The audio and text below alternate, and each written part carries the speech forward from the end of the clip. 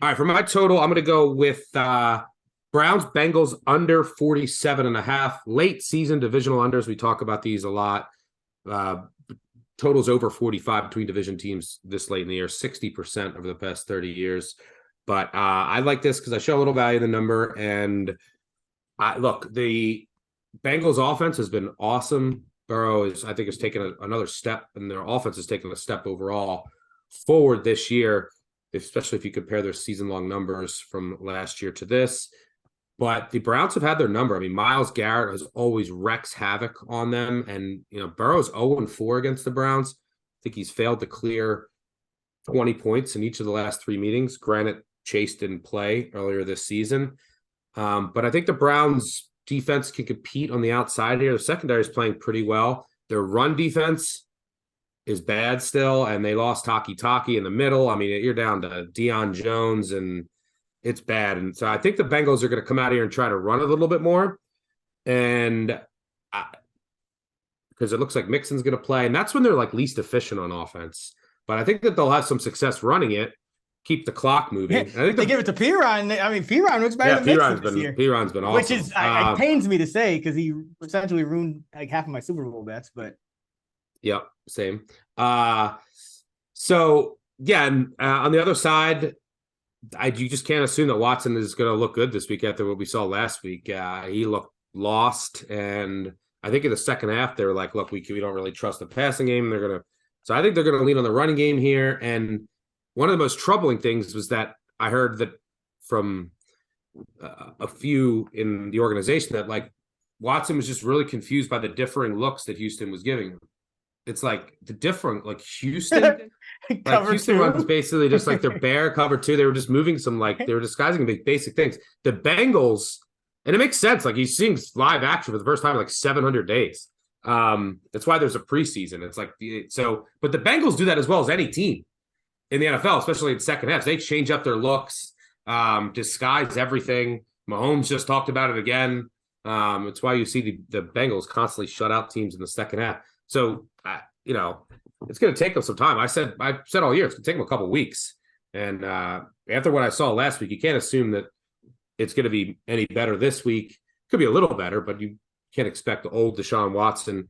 And so I think that the Browns are going to lean on the run game here. Big game for the Browns. I guess they could get back in it here. Yeah. Bengals want to get their revenge, but I think it's going to be a more run heavier game here. And I think there's some value in this under.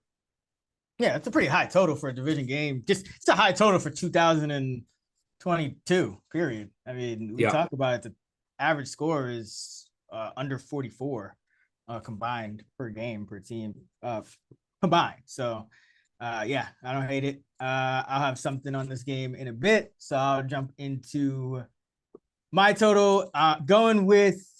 So it was between KC Denver, full disclosure, and this Buffalo Jets game. I'm going to go Buffalo Jets under 43.5. See if you can get a 44. That is the key number. But, I just think both of these, I just have a lot of respect for both of these defenses. And I think you have a few different ways that you could stay under this total, whether it's, Buffalo kind of ends the Mike White hype and just wins like 30-3 or something like that, or you get another close game where Allen struggles against what's probably the most well-rounded defense he's going to face all year. But these are both top 6 defenses by DVOA. Buffalo is 4th.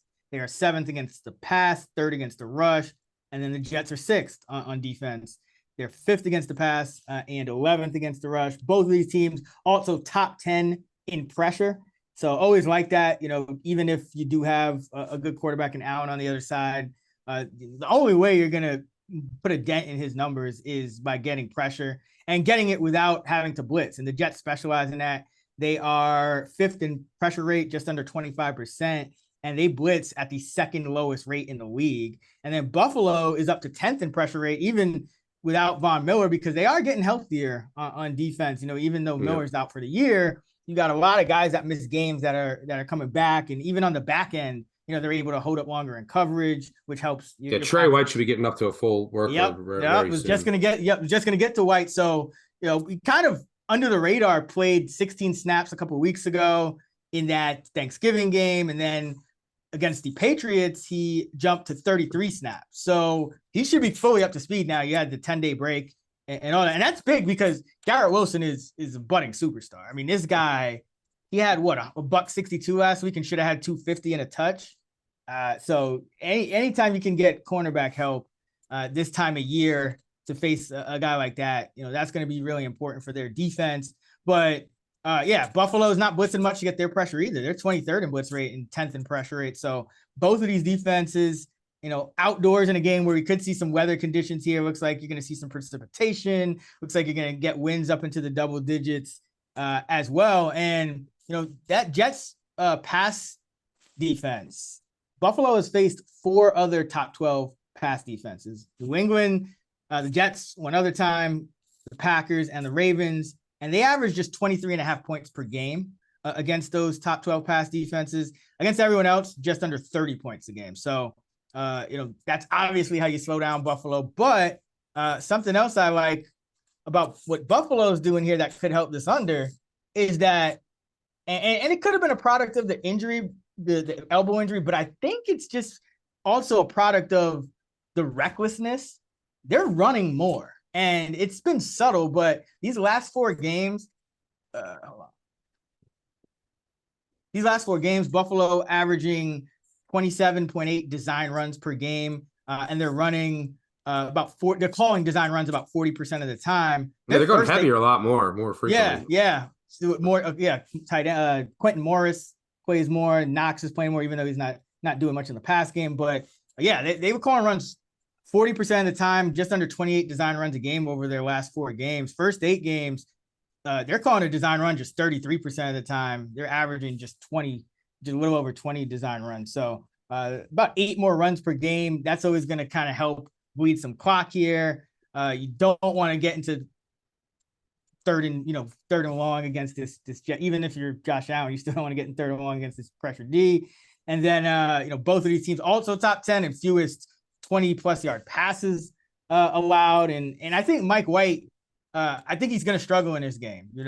He faced the Bears defense, which is dead last in DVOA. Minnesota's 20th, talked about them.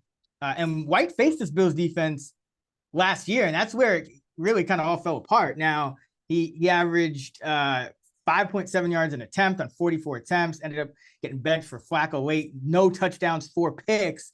That was a high-scoring game, but that's because the Jets really didn't have a defense at that point. So I think, being that he turned the ball over 4 times. Jets defense was one of the worst in the NFL last year. Now it's one of the best. So being that he turned the ball over 4 times in his last start against one of the few teams, pretty much the only team that they can kind of compare, another start for Mike White. I think the Jets are going to play it conservative here. They're talking up Bam Knight. Maybe they get Carter back, but either way, they're going to work in 2-3 running backs. I think they're going to kind of run the ball here, but I think the Jets will struggle. I mean, you look at this Bills defense, I mentioned their metrics. They're top 4 on defense. Tre'Davious White missed 10 games. Poyer missed 3 games. Tremaine Edmonds missed 3 games. Gregory Rousseau missed 3 games. Ed Oliver missed 3 games. Milano missed a game. Some of the cornerbacks, I'm not even mentioning, missed because, they've had so many guys out to still be a top 5 defense. So, 8 of 12 Jets games have gone under 44. And last week against Minnesota was one of the ones that didn't. But that was Minnesota shouldn't have scored as many points as they did. The Jets allowed just 287 yards of total offense on 64 plays to Minnesota, just 4.3 yards per play. And then look at Buffalo's defense, what they did to New England, 242 yards on 51 plays, 4.7 yards a play. So both of these defenses in tip-top shape. I just don't see how – I just don't see a scenario where you really see a big number from both of these teams. Again, maybe Buffalo blows them out, but I think then it's one of those 35 to 10, 35 to 6 type situations, or 31 to 6, whatever. But outdoor divisional unders, 62, 38 and 1, 62% since the start of last year, 26, 11 and 1, 70% this season. And again, there should be some weather in this one as well. So give me the Jets Bills under 43.5.